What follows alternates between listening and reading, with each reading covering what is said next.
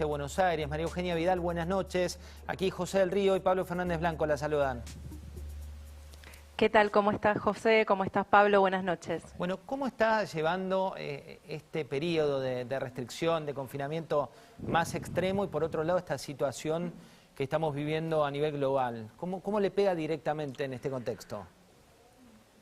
Bueno, yo estoy en mi casa con mi familia, así estuve todo el fin de semana y preocupada, más allá de mí, muy preocupada, porque creo que esta restricción, este encierro, nos toma mucho más agotados a todos, especialmente a aquellos que ya no tienen espalda, que no la tenían el año pasado para poder estar encerrados porque tenían que elegir o estar encerrados o tener los ingresos que necesitan para llegar a fin de mes, y mucho menos este año después de la cuarentena tan larga que tuvimos el año pasado.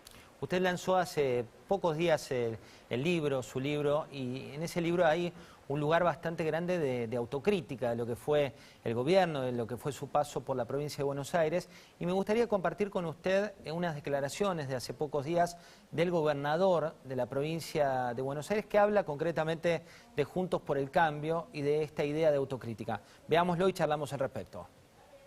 Quiero decir que es muy bueno ver tal vez el primer gesto de autocrítica del macrismo desde que dejó el gobierno, y así lo considero a este cambio de la Ciudad de Buenos Aires con respecto a la suspensión de la presencialidad. Es bueno y yo creo que está muy bien y me alegra.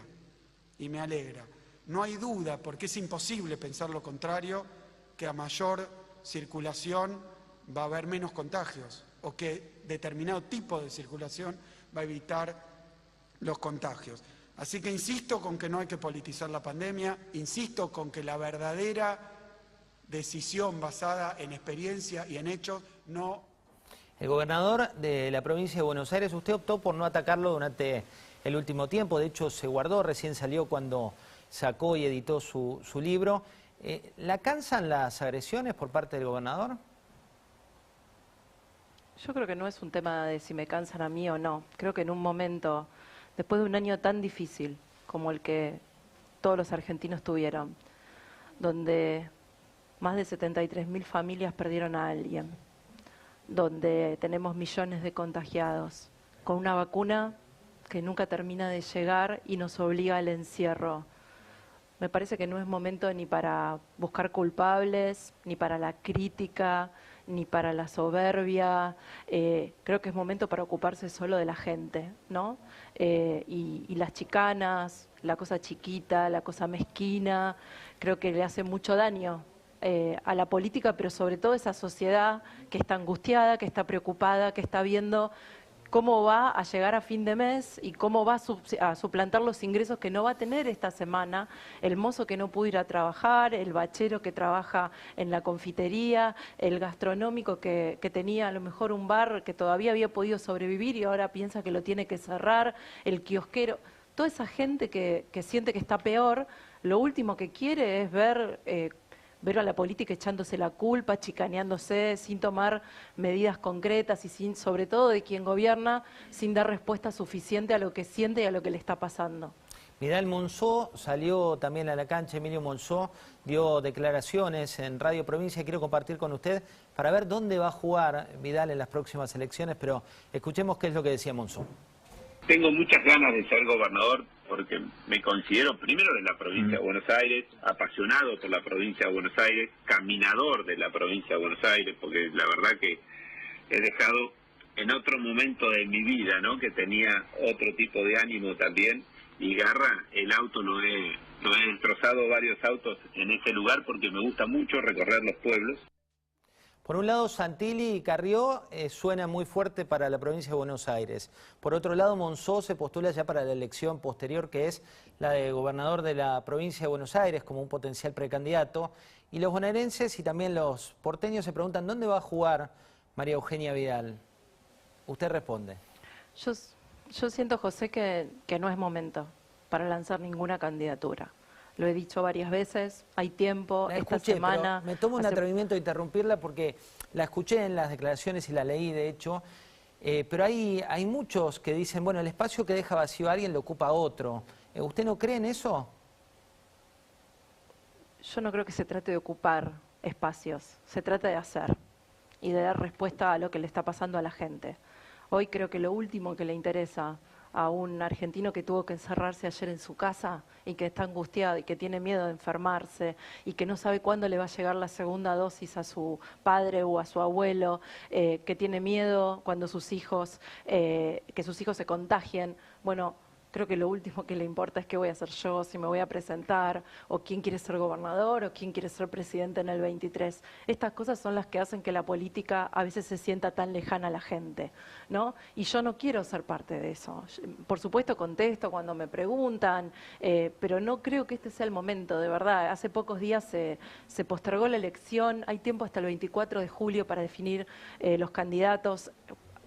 Por suerte, Juntos por el Cambio tiene muchos referentes sólidos, buenos líderes, que creo que pueden representar muy bien a Juntos por el Cambio en la elección y no solo ofrecer una oposición al oficialismo actual, sino ser alternativa, despertar de nuevo la esperanza de que este no es el camino, pero que puede haber otro y que este espacio que yo integro hizo una autocrítica y es buena la autocrítica. La política toda tiene que tener autocrítica, no solo cuando se fue del gobierno, sino también cuando gobierna. A mí me gustaría también ver que el oficialismo tenga una autocrítica sincera y honesta sobre el manejo de esta pandemia y sobre las cosas que se hicieron mal, porque eso lo haría mucho más creíble para que los argentinos lo acompañáramos sobre lo que viene. Pero creo que vamos a tener buenos candidatos, en cualquier caso, más allá de si yo soy o no soy y dónde soy. Pablo. Vidal, imagínese que se sientan a la mesa Patricia Bullrich, Mauricio Macri, Horacio Rodríguez Larreta, Elisa Carrió y usted. ¿Usted qué tiene para ofrecerle a ese grupo que también componen los demás? ¿Cuáles serían sus características diferenciales?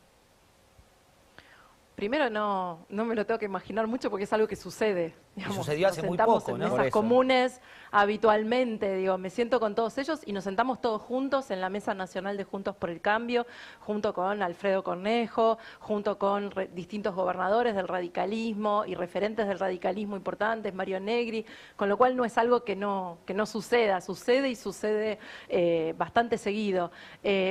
Yo no sé si se trata de... Yo he ofrecido siempre lo mismo en este espacio, que es compromiso, trabajo, honestidad, creer de verdad que nadie solo cambia las cosas, que esto es siempre en equipo. Yo creo en Juntos por el Cambio, ya ha demostrado que dejó de ser una alianza electoral en el 2015 para ser una coalición de gobierno y que hoy es una coalición opositora que está trabajando para ser alternativa. Eso me parece lo más valioso, que todos pueden poner algo y que necesitamos mucho más. Necesitamos no solo dirigentes, porque acá no se trata de dirigentes, se necesita a los ciudadanos, se necesita el esfuerzo de todos. Este país hay que ponérselo al hombro y hay que ponérselo al hombro entre todos. Ahora estamos cerca del 25 de mayo, me parece muy importante que todos volvamos a reflexionar sobre eso. María Eugenia, terminé de leer su libro hace pocos días y usted le dedica una parte a ese encuentro, ¿no? Ese primer encuentro que tuvo con Daniel Scioli, cuando Daniel Scioli era gobernador de la provincia, después fue candidato a presidente, y el ex gobernador y el ex candidato a presidente de la Nación también le dedicó unas palabras que quiero compartir con usted. El fracaso de ella lo determinó el pueblo de la provincia de Buenos Aires, ¿no? Fue contundente, vuelvo a repetir, perdió por 15 puntos con Axel, es decir, fue contundente. Entonces, no perdió con Churchill, perdió con Axel, un militante, un gran trabajador.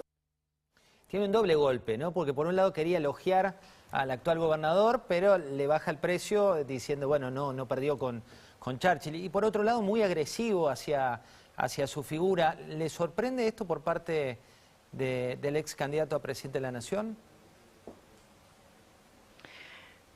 La verdad que es una descalificación hacia el gobernador, sobre todo, ¿no?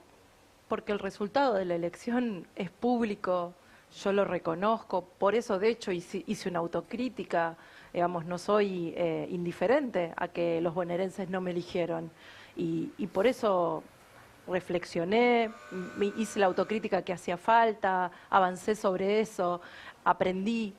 La pregunta es, el Frente de Todos hizo su autocrítica luego de perder la elección en el 2015 y cuando nos dijeron que iban a volver mejores, ¿eso pasó? cuando nos prometieron algo distinto, aumentar las jubilaciones, unir a los argentinos y terminar con la grieta y con las divisiones, que se terminara el hambre, que para el Frente de Todos era escandaloso en ese momento. Recordemos que se hizo campaña diciendo que había hambre en la Argentina y hoy los niveles de hambre son mucho mayores, aún que en diciembre de 2019. Todos esos compromisos, volver a recuperar el trabajo y hoy hay más desempleo que antes, eso se cumplió, hubo aprendizaje, hay menos autoritarismo, el volvimos mejores fue así.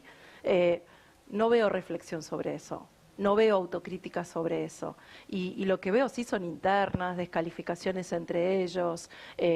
No me parece que sea lo que los argentinos están esperando. Recuerdo que cuando usted era gobernadora, cada paritaria, sobre todo docente, era muy conflictiva porque Baradel le cometía uno y otro paro y las negociaciones eran muy arduas. ¿Le sorprende que por estos tiempos la conflictividad en la provincia sea o simule ser más baja? ¿Cómo lo evalúa? Yo creo que cuando uno defiende la educación pública, la defiende siempre. Y a mí me parece muy bien que Baradel a lo largo de toda mi gestión haya peleado para que los docentes no perdieran contra la inflación. El año pasado perdieron y este año siguen perdiendo. Creo que cuando uno da una lucha, la da siempre, porque eso es lo que lo hace coherente, eso es lo que lo hace sólido. Y creo que cuando uno defiende la educación pública no puede defender una escuela cerrada, no puede hacerlo. Y tomando lo que decía el gobernador recién, todos estamos de acuerdo con que la circulación aumenta el contagio. Por eso la lógica de estas medidas, pero no la presencialidad en las escuelas. No es la presencialidad ni las escuelas abiertas lo que aumenta el contagio. Por eso siempre sostuvimos que la escuela era lo último que había que cerrar y la ciudad recién cerró las escuelas cuando todo lo demás estuvo cerrado. De hecho, hoy compartía con la ministra de Educación de la ciudad un estudio que la ciudad tiene hecho. Desde el mediados de febrero, cuando empezó la escuela, hasta hoy, del total de 700.000 alumnos y docentes y adultos en general que van a la escuela, todos esos que van a la escuela todos los días en la ciudad de Buenos Aires, se contagió el 1.6%. Mucho menos que lo que se contagia el promedio en general. Pero además, el 90% de esos que se habían contagiado lo habían hecho fuera de la escuela. Entonces, yo creo que cuando uno dice defender la educación pública, la tiene que defender siempre. En todo momento, y no importa quién gobierne. Hace pocos días vimos imágenes, ¿no?, muy duras del narcotráfico en un barrio concreto. También las vemos a nivel nacional con una figura que en la Argentina era muy lejana, que es la del sicariato, ¿no?, de aquellos que se les paga para matar a alguien. Y la provincia de Buenos Aires, en términos de narcotráfico y la situación que no está hoy en la agenda grande, ¿cómo está? ¿Cuál es su radiografía de eso? No tengo dudas que está peor, pero no lo digo yo. Me lo dicen los vecinos de la provincia, cada vez que hablo con ellos. Y sobre todo en los barrios más pobres, donde están los tranzas. Y ahí muchos de ellos me dicen, volvieron a vender. En muchos lugares donde los habíamos echado, volvieron a vender. Porque el mensaje es, liberamos presos.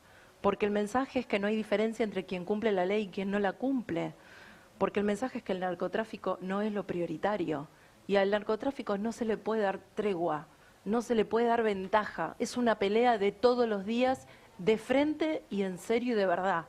Y yo siento que esa pelea que nosotros dimos durante 4 años en el país y en la provincia no se continuó. Pablo.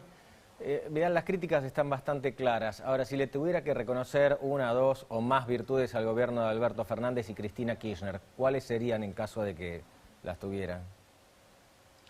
Creo que el año pasado el IFE fue una decisión acertada. Con una cuarentena tan larga era imposible sostener el encierro sin ayudar a todos los argentinos que lo necesitaban. Entiendo que hay que pensar herramientas similares para estos días de encierro y para lo que le va a pasar a sectores específicos como los gastronómicos, como los comerciantes, que hoy están absolutamente agotados y sin margen, y creo que el repro no es el camino, como anunció el presidente. Yo tuve repro como gobernadora de la provincia, vi la normativa nueva que sacó el gobierno nacional y es muy compleja, es arbitraria, exige menos facturación con una inflación como la que tuvimos el año pasado y como la que tenemos este año comparada con mayo del año pasado, con lo cual es difícil que a muchos les dé caída de facturación sin considerar la inflación, pone un comité evaluador, mucha burocracia. Mucha burocracia para alguien que perdió su salario hoy, que perdió su facturación hoy, que no sabe si va a poder abrir su comercio dentro de 9 días hoy los comerciantes.